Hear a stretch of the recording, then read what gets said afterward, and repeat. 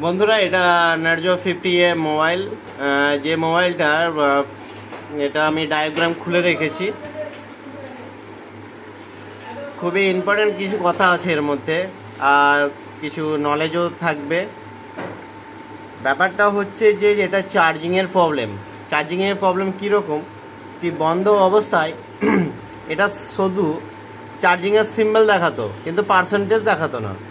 আর on অবস্থায় যদি চার্জে ভরা হতো তাহলে কি হতো, কোনো রকম চার্জিং শো হতো না। তো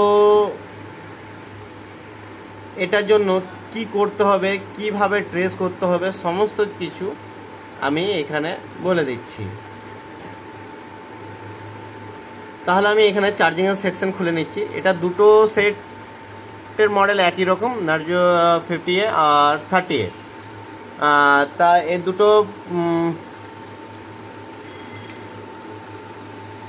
দুটি বডি সমান, ঠিক আছে।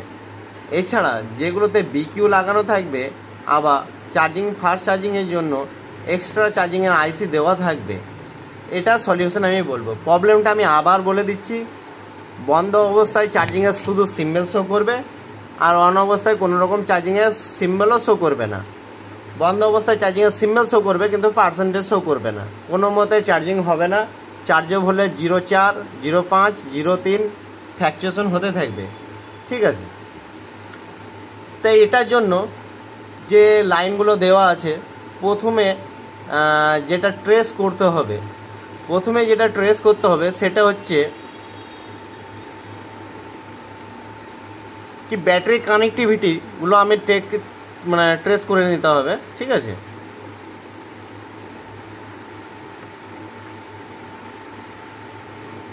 যেমন এই লাইনটা চেক করতে হবে, ঠিক আছে। বাটন লাইনটা চেক করতে হবে রিডিং আছে না নাই। দ্বিতীয়ত হচ্ছে আপনি প্লাসের লাইনটা মাইনাসের লাইন অবশ্যই চেক করে নেবেন, কিন্তু বাটন লাইনটা অবশ্যই চেক করা উচিত, ঠিক আছে। দ্বিতীয় নম্বর হচ্ছে ইউএসবি, ডিএম, ডিপি লাইনগুলো চেক করে নিতে হবে কি রিডিং দিচ্ছে নাকি। প্লাসের লাইন চেকিং করতে হবে দিচ্ছে নাকি। তো আমি সমস্ত কিছু চেক করেছিলাম। চেক করার পর আমি পুরোপুরি যে জিনিসটা জানতে পারলাম কি, আমার সমস্ত কিছু তো রিডিং ঠিক আছে। ব্যাটারি থেকে শুরু করে চার্জিংয়ের সমস্ত লাইন আমার ঠিক আছে। দ্বিতীয়ত যতগুলো কম্পোনেন্ট আছে প্রত্যেকের ভ্যালু ঠিক আছে, প্রত্যেকটি রেজিস্টারের ভ্যালু ঠিক আছে, কম্পোনেন্টের ভ্যালু ঠিক আছে।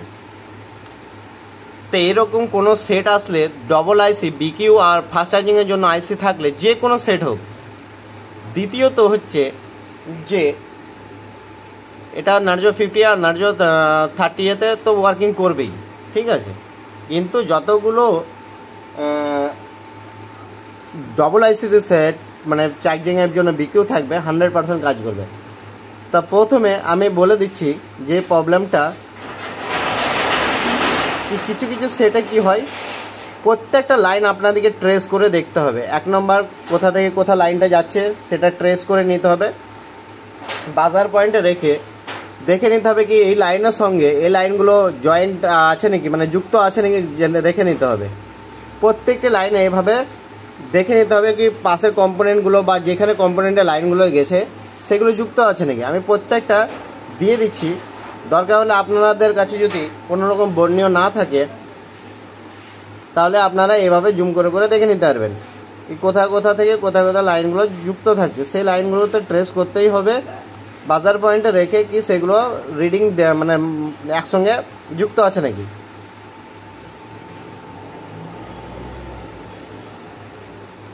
তো ফাস্ট চার্জিংয়ে যেটা আছে আইসি,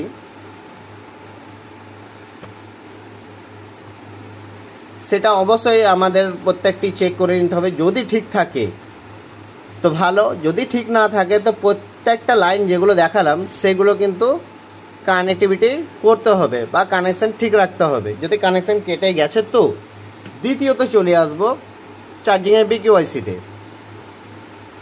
তো এই আইসিটারও প্রত্যেকটি ভোল্টেজকে সাধারণত এই লাইনটা বেশিরভাগ কাটে, ঠিক আছে।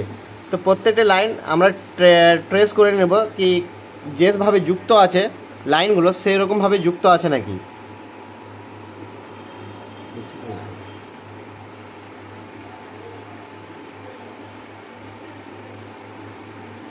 প্রত্যেকটি দেখে নেব, আমি দেখিয়ে দিচ্ছি। আপনাদের কাছে যদি বর্ণীয় না থাকে তাহলে দেখে নিতে পারবেন।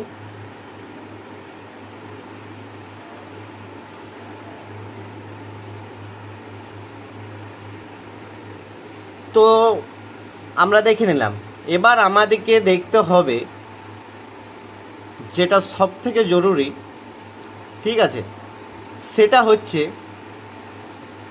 সমস্ত লাইন যদি ঠিক থাকে তাহলে আমাদের ভিপিএইচ পাওয়ার অবশ্যই তৈরি হবে। ভিপিএইচ পাওয়ার না তৈরি হলে ভিপিএইচ কয়েল চেক করব আমরা। ভিপিএইচ কয়েল চেক করার পর দেখতে হবে আমাদের ব্যাটারিতে যে ভোল্টেজ আছে সেই ভোল্টেজটা এখানে পাচ্ছি নাকি, প্রথমত ব্যাটারি লাগিয়ে দেখতে হবে। দ্বিতীয় অপশান হচ্ছে ব্যাটারি খুলে চার্জে লাগিয়ে দেখতে হবে কি আমাদের এখানে ভোল্টেজ শো করছে নাকি। মিনিমাম ভোল্টেজ 3.7-এর উপর ভোল্টেজ শো করবে ভিপিএইচ পাওয়ার সেকশনে। ভিপিএইচ পাওয়ারে ভোল্টেজ তৈরি হতে হবে। ভিপিএইচ পাওয়ার যদি না তৈরি হয় তাহলে চার্জিং শো হবে না, চার্জিং হবে না। দ্বিতীয়ত চার্জিং কিছুক্ষণের জন্য হয়ে বন্ধ হয়ে যাবে। তৃতীয় প্রবলেম হচ্ছে যে চার্জিং কেটে কেটে হবে, অ্যাম্পিয়ার উঠবে না, ফেক চার্জিং হবে। তো আমাদের মাস্ট ভিপিএইচ কয়েলটা আমাদের চেক করতে হবে, ভিপিএইচ পাওয়ার তৈরি হচ্ছে নাকি দেখতে হবে। দুটি অবস্থায় ব্যাটারি লাগিয়ে দেখতে হবে, ব্যাটারি খুলে চার্জে দিয়ে দেখতে হবে ভিপিএইচ পাওয়ার তৈরি হচ্ছে নাকি। তো মাস্ট ইম্পর্টেন্ট যেটা হচ্ছে ভিপিএইচ পাওয়ার তৈরি হচ্ছে নাকি। সাধারণত ভিপিএইচ পাওয়ার তৈরি যদি না হয় তাহলে আমাদের লাইনগুলো ট্রেস করতে হবে, ঠিক আছে। চার্জ হওয়ার জন্য ভিপিএইচ পাওয়ার অবশ্যই তৈরি হতে হবে। ভিপিএইচ পাওয়ার যদি না তৈরি হয় তাহলে চার্জিং আইসিটা আপনারা চেঞ্জ করে নিতে পারবেন। দ্বিতীয়ত হচ্ছে আমাদের এই লাইনটা যেটা যাচ্ছে ভিব্যাসের লাইন, ভিব্যাসের লাইনের সঙ্গে আমাদের বাইপাস আইসি যুক্ত আছে। তো আমরা এইখান থেকে সরাসরি আমরা এখান পর্যন্ত জাম্পার করে নিতে পারি। যদি বাইপাসের আইসি খারাপ থাকে তো ডাইরেক্ট এখানে মারতে পারি। এখানে 5.1 ভোল্টেজ যেটা চার্জে দিলেই মিটারে দেখতে পাবো আসছে নাকি দেখতে হবে। ভিব্যাসের ভিব্যাস ইন যে ভোল্টেজটা হয় সেটা এতদূর পর্যন্ত যাবে। তো এই সমস্ত চেক করে নেওয়ার পর আমাদেরকে ধ্যান রাখতে হবে কি এই দুটো আইসি সেম মডেলের। যদি সব কিছু চেক করে নেওয়ার পর যদি চার্জ না হয়, যেরকম প্রবলেম বলেছি, যদি না হয় তাই দুটো আইসি সেম আইসি লাগাতে হবে। আর সেম আইসি লাগালে 100% কাজ হবেই।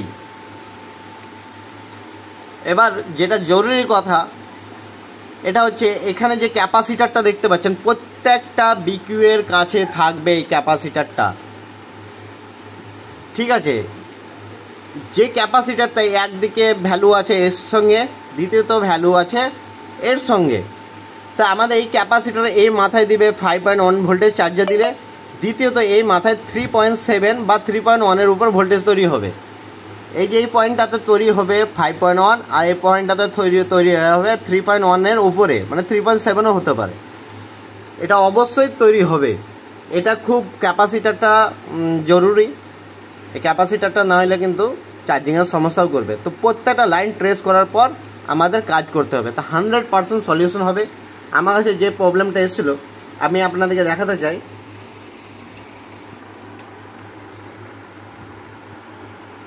আপনারা দেখতে পাচ্ছেন। দ্বিতীয়ত যে প্রবলেমটা হচ্ছিল কি চার্জে ভরা মাত্র শুধু এই লোগোটা আসছিল, আমি এটা সলিউশন করে নিয়েছি। আর অ্যাম্পিয়ার মেশিনে 0.3, 0.4, 0.5 এরকম দিচ্ছিল। এখন দেখুন পার্সেন্টেজ আমাদের হয়ে গেছে, এটাও কমপ্লিট হয়ে গেছে।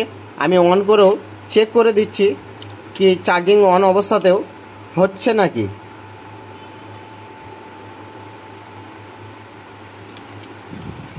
এই একটা ভিডিও যদি আপনারা ভালো করে দেখেন যে কোনো বিকিউ আইসির কাজ আপনারা করতে পারবেন, চার্জিংয়ের সমস্যা দূর হবে 100%।